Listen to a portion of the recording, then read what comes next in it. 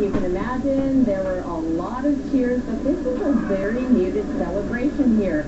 Elizabeth May just made history. She is the first Green Party member to become a member of the House of Commons. She's the leader of the party. They put in so many resources into this particular campaign, in this particular riding. They devoted all the financial resources as well as the labor, the volunteers that they had in this riding. And she only left this riding for 9 days to campaign across the country. It was really locally focused.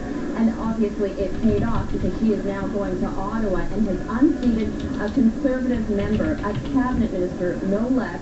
And think about it, in the last election she tried to unseat Conservative Peter MacKay, didn't win, but did have a significant impact and was able to get some federal funding for her campaign here. But she has been very successful tonight. She's unseated Gary Lunn, and right now there is a party, but like I told you, it is very muted. I think that they're more dismayed about the Conservative majority that is going to Ottawa. And so it's not quite the celebration that everybody thought it would be here. All right, Robert Gill. Still a historic night for the Green Party. Elizabeth May winning her seat in Saanich Gulf Islands. We're going to check in with some other notables across the country and their ridings and how they've done. Eric Sorensen has some results for us. Eric. All right, Donna, there are many. We're just going to first, let's have a little quick look at the map of Canada if we still have it. How is that changing tonight, just at a glance? It's a lot more NDP orange than we've seen in the past. Looks like the Conservatives have won up in the Yukon. That's one worth watching. NDP has held in Western Arctic. Nunavut, the Health Minister, Aglukak, has held on to that one. But that's a look at the map as we pan across that. Let me look at that little red dot right in the middle of Saskatchewan. They did it. Ralph Goodale, even when all the Liberals were going down, let's have a look at his board. Ralph Goodale has hung on to win again. The last of the Trudeau Liberals, first elected in 1979, or 74. 1974 for Ralph Goodale. He went back to provincial politics for a while, but there's somebody that might stand in as a temporary leader for the Liberals if they're looking for one. Other notables, Simcoe Gray. Kelly Leach has defeated not just the NDP, but Helena Georges. She had a very tough time, drummed out of the Conservative Party, now drummed out by the voters. Chilliwack Fraser Canyon. Mark Strahl, you might recognize that name. Chuck Strahl, his dad, retired this year, and walking right in his footsteps in the same riding in the Fraser Canyon area, Mark Strahl. How about that? Markham Unionville, one Liberal who did hang on in the GTA, John McCallum, former Royal Bank economist, beating all comers. He won by 25% last time. This time he won by only 3%. So even where the Liberals have won some races, they were very close. If we have anything else you want to see right now, I'm ready to start with them. All right, Donna, back to you. All right, thanks, Eric. We're going to go back over to Saanich Gulf Islands for Elizabeth May's victory speech.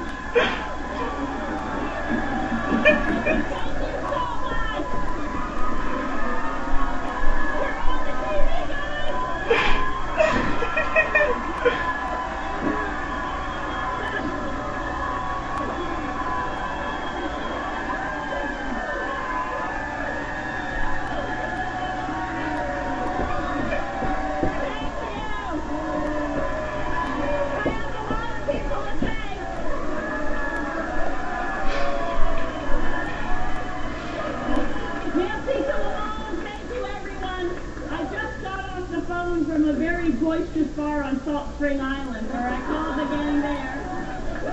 And I want to thank all of you from the bottom of my heart.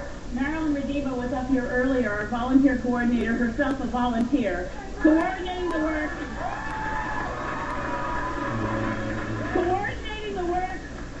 And listen to this, Canada. Listen to this. Coordinating the work of the 1,000 volunteers on the Saanich Peninsula, the 700 volunteers on Salt Spring Island, and altogether 2,000 volunteers from Saanich Gulf Island who today made history.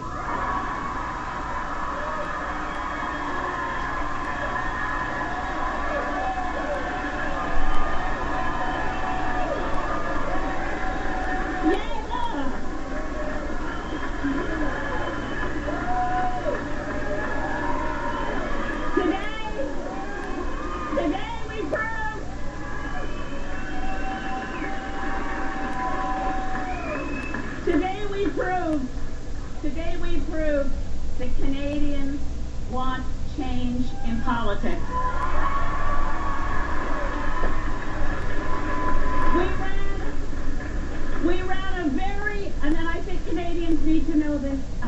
all know this, we ran a very non-partisan campaign. We ran a cooperative campaign. I need to start by sharing with you that I had a very gracious telephone call just moments ago from Gary Lunn congratulating me on this victory.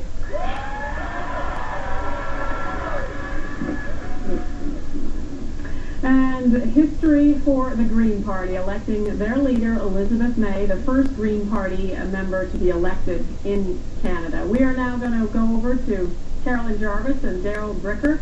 Our huge exit poll that we have, more than 35,000 Canadians. We asked them what they wanted as the outcome of this election, to be a majority or a minority government. Well, we know the answer in terms of votes. What did we find out, Carolyn? Well, we wanted to know from Canadians who voted today how they were feeling, what their appetite was for change, and whether or not tomorrow morning they'll wake up happy. And what did they say? Well, actually, 56% of Canadians say that they'll be waking up happy because they wanted to have a majority government. And they got that indeed. And what was driving them when they were heading to the polls? We talked a lot about voter fatigue. And so one of the questions we asked them was, I hope somebody wins a majority so I don't have to have another election for a while. Well, as we saw with the NDP vote, there was a fair amount of anger behind that. For the Tory vote, it was really a certain group of people who were saying, I want stable government. I don't want to have to go to the polls again for a while. So they were voting for not having to go to the polls for a while. And tally this up on the left side of the screen here. That's 64. Upwards of 60% of people who agree with the statement. I just don't want another election. Correct. And when we're talking about Stephen Harper, does he deserve to be reelected? Obviously, we sent him back for a very strong mandate and a very solid majority. Look at these numbers. Well, the way the Canadian system works, you don't have to have a majority of the votes in order to win a majority of the seats. And we see here that 45% of the population actually did say to us, you know what, come to think of it, Stephen Harper does deserve to be reelected. Donna, we have yet to hear from Stephen Harper tonight, but he's probably very happy also. Okay, we will be hearing from him in a little while. I'm sure we're also waiting to hear from the NDP leader, Jack Layton, any minute now about the kind of night that he had. It's going to be a huge celebration there. For now, though, we're going to go to another NDP MP in Edmonton. Strathcona. Linda Duncan, re-elected there. Francis Silvaggio is with her. Well, Donna, this is the celebration. Linda Duncan has just got off the stage accepting her victory tonight. And this is key. This is sort of that trophy that both the NDP and the Conservatives want. Linda Duncan took this surprisingly back in 2008 by a very slim margin. And tonight, she's increased that margin. So she takes it yet again. So the NDP retains that very small piece of orange NDP pie in this sea of Conservative blue, which at the end of the night, we were all watching to see if it was going to make a difference. It didn't, but it is big bragging rights, and it is in the center of Conservative country. So a big win again for the NDP. Donna? All right, Francis Silvaggio, thanks very much. We're going to head over to Toronto, where Mike Drolet is at Jack Layton's NDP headquarters. We're just waiting to hear from the NDP leader. Mike. Yes, we're hearing just trying to figure out exactly when Jack Layton's going to be just coming out to speak to his supporters. We're hearing now it's going to be a couple of minutes. Quite the day for the NDP. Certainly they didn't expect to win 105 seats, and they do have a lot of work left with them. I asked Farr Boulanger, who is the press secretary for Jack Layton, what he was going to do, and of course he's very confident that he can get his the rookie Quebec MPs in order to try to get them up to speed with how things work in Ottawa.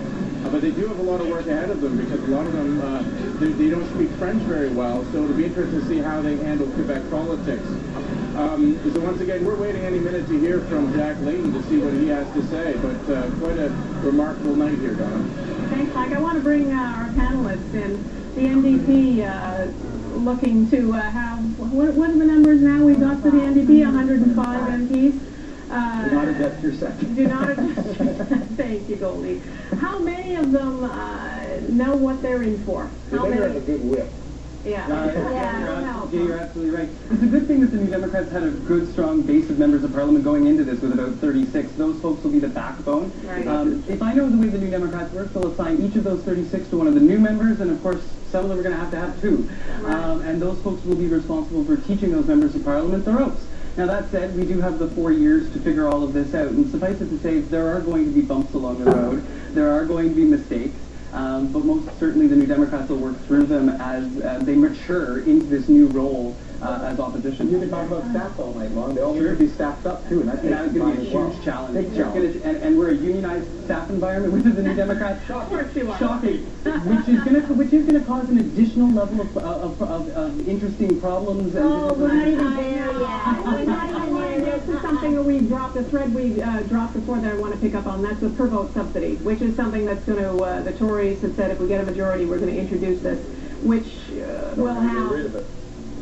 We're going to get rid of that. You know, I'm not quite sure why that became an issue with the Tories. Let's talk about the effect that'll have on some of the parties. Well, first of all, I'm not sure that the Tories will lead right now with that. If they do, it seems to be a ridiculous thing to do. What, like, it's punitive? It's petty. It's absolutely petty. No, there's a principle. There's a principle about that. And what is that principle? Political parties should be able to go to the people and raise the money they need to run an election, not tax it away from people, because that's your tax dollars going to a party you don't support. You know, I'll tell you something. In the United States of America, candidates spend the majority of their time raising funds. We're not talking about the United States of America. We're talking about Canada. But that's the way system that worked long before it was introduced. We had the old system. We just want to go back to the old system. Well, I'll tell you the benefit. I'll tell you the benefit today of that per vote subsidy is the number of women that were elected in this Parliament directly. Nothing to do with Yes, it does. Absolutely, it does. Subsidy. What does it have to do with it? It has to do with, you have to look at what we got rid of. We got rid of big corporate and big union donations, and we said in return for that we were going to have a public base for parties to operate from so that they can build their policy, build their nation without having to be beholden to political action committees and lobby groups. And in the United States, they have that problem because they have most of their monies, they have to start raising in the millions of dollars through political action committees, so it's very difficult to have policy just built for the ordinary person, and that was the quid pro quo. So we did get rid of big corporate and union donations, and we created a public climate, which has actually worked very well for all the parties. If Elizabeth May is there today... for the Bloc Quebec Bloc. They were subsidized. Okay, but you can't use that argument Well, not now. I understand that. I know. But the point is that the system is not the system that I think that we were accustomed to, which is money follows message. Political parties should be no different than businesses. You need to have a message. Business and labor put $25,000 donations on the table. You can reform that piece. And we did. But it was reduced. It was reduced. There was limits. There's limits in Canada. It's not like the United States. There's limits in Canada. Exactly. It is very different because of the legislation that we brought in. It's been legislation. I want to bring in, while we wait for NDP leader Jacques Layton to speak, I want to bring in Jacques Bourbeau, who is in Calgary at Stephen Harper's headquarters.